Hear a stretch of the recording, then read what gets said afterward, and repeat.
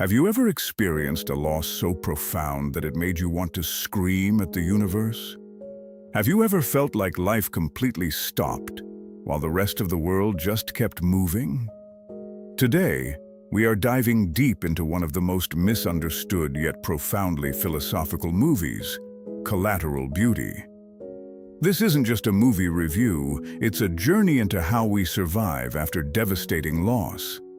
It answers the ultimate question: how do we continue to live when our world has crumbled? At its core, this movie is built on a grand premise. We are all connected by three abstract concepts: love, time, and death. Our protagonist, Howard, writes angry letters to these three concepts as a way to avenge his daughter's passing. But the universe answers back, embodying these concepts into real people to confront him. Let's break down these messages piece by piece and explore how they connect to our reality. First, let's look at Howard. Howard was drowning in silent grief, using his anger as a shield. But the concepts forced him into a confrontation with his own soul. The message of death to Howard. Death taught him that she is not the end, but rather a part of the contract we all sign with life. She showed him that even in the absolute peak of pain, collateral beauty exists if he only chooses to open his eyes. The message of time to Howard. Howard viewed time as a jailer, but time confronted him, stating that he isn't an enemy stealing our loved ones. Time is a gift and a canvas we must fill with meaning rather than wasting it in paralyzed mourning. The message of love to Howard. Love reminded him that she cannot be banished. Love is the reason for everything. She is the fabric of life, existing within our joy and remaining fully present even after a loved one is gone. But here is the twist. Howard's friends, Whit, Simon, and Claire, weren't just bystanders helping him. They desperately needed these messages for themselves. Each friend was facing their own personal deficit: wit and love. Whit was suffering from the resentment of his daughter after a bitter divorce. Love confronted him, showing him that love isn't meant to be easy. He had to fight through the pain to rebuild that bridge, because love is the only bond worth fighting for. Simon and death. Simon was secretly terminally ill and terrified of breaking his family's heart. Death confronted him, proving that the fear of dying prevents us from living our final moments with honesty. She gave him the courage to face his end as a final gift of strength to his family. Claire and time. Claire had poured her entire life into her career, neglecting her dream of starting a family, and now felt that time had entirely run out for her to be a mother.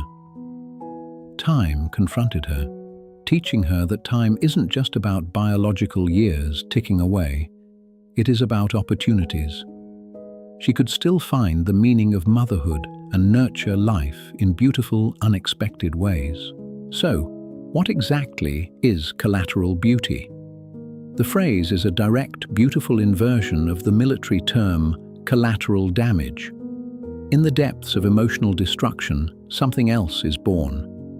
The elderly woman, who we later realize is death herself, tells Howard's wife, Madeline, in the hospital at the exact moment of their daughter's passing, "Just make sure you notice the collateral beauty." It means that while grief is absolute and devastating, out of those very ruins emerge unique, beautiful human manifestations. Human connection, a profound moment of empathy from a complete stranger. The value of life, a heightened awareness of how sacred our remaining moments are.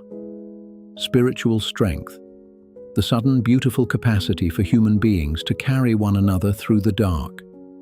Howard drowned in grief because he felt that noticing beauty or smiling again would be a betrayal to his daughter. But Madeleine understood it.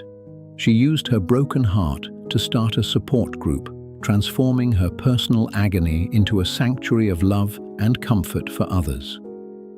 That is collateral beauty, To understand Howard's mind before he ever speaks a word, we have to look at his obsession with dominoes. He spends days building incredibly complex setups only to knock them down in seconds. This is a brilliant psychological symbol: control versus randomness. Having lost his daughter to a random, uncontrollable tragedy, building dominoes was Howard's desperate attempt to create a perfect geometric system where he was in total control. The illusory nature of time. It takes hundreds of hours to build a setup and only seconds to destroy it. This was Howard's bitter view of life. We spend years building our lives, and death knocks it all down in an instant. Knocking them down himself was his way of saying, if everything is going to end anyway, I'll destroy it myself. The chain reaction. Howard believed his life ended when the first piece fell, his daughter's death, and that his career, marriage, and sanity had to fall by consequence. The shift in meaning. By the end of the film, this symbol transforms. He stops viewing the falling dominoes with bitterness. He realizes that the beauty isn't in the dominoes standing forever. The beauty is in the journey, the movement, the sound, and the art they create as they fall. Life is a domino arrangement, and even as the pieces fall, they can create a breathtaking mosaic. This connects directly to Howard's confrontation with time. Howard claimed that time doesn't heal, it just deepens the void. But time gave him a reality check, saying, I am not your enemy, I am your greatest opportunity, I am now. The domino pieces that have already fallen represent the past. We cannot change them. The pieces far ahead are the future, but the piece standing right in front of you, that is the present. Howard was trapped in the past, completely wasting the now. Time reminded him that value isn't measured by the quantity of years, but by the quality of the impact. His daughter's life, though short, left a legacy of love that should fuel his present, not destroy it. You might ask, is this just romantic Hollywood cinema, or is it grounded in reality? It is completely real. This philosophy acts as a practical lifeline through three distinct real-world dimensions: reordering priorities. Tragedy strips away the superficial nonsense of life. Suddenly, the trivial things you used to stress over shrink, and you begin to deeply appreciate a quiet cup of tea or a simple family gathering. The power of empathy. Those who have tasted profound loss develop softer hearts. They possess a rare, beautiful ability to comfort others because they truly understand the weight of a broken soul. Connection to the present moment. And this brings us to an incredible cinematic parallel. If Collateral beauty is the dramatic blueprint of coping with pain, Pixar's Soul is the visual catalogue of how to actually capture the present moment. Think about Joe Gardner in Soul. He thought his life wouldn't truly begin until he achieved his grand spark, his ultimate jazz gig. Similarly, Howard thought his life couldn't resume because it was incomplete without his daughter. Both characters fell into the trap of waiting for perfection. But Soul teaches us that the spark isn't a grand talent or a massive achievement. It's a maple seed falling from a tree, a good bite of pizza, or simply staring at the sky.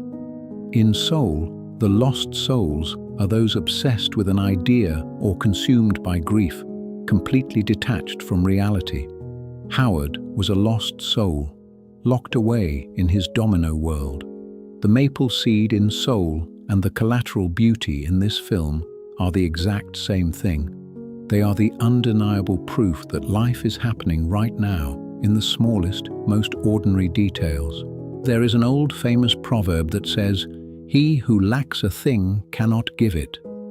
But this film completely shatters that worldly logic. It proves that in the realm of human emotion, the one who lacks a thing is often the most qualified to give it. Why?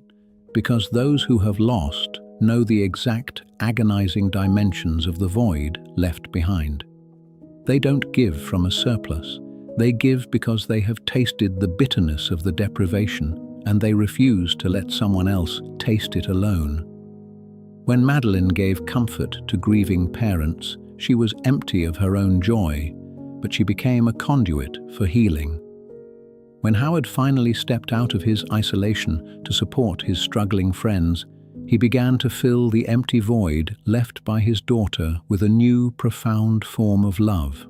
We are not storage tanks for love, time, and death. We are channels through which they flow. At the end of the film, a beautiful realization drops. Howard stops building dominoes.